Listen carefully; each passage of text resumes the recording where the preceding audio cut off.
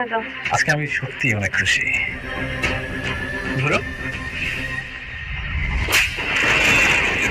Hello বন্ধুরা, কেমন আছেন সবাই? আশা করি সবাই অনেক ভালো আছেন।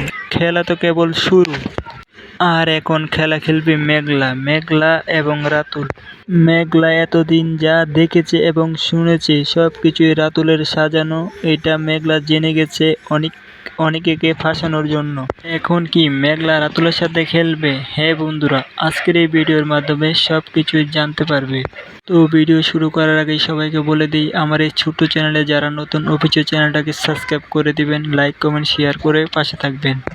এখন মূলত মেঘলার টার্গেট থাকবে রাতুলকে পথের ফকির বানানোর জন্য।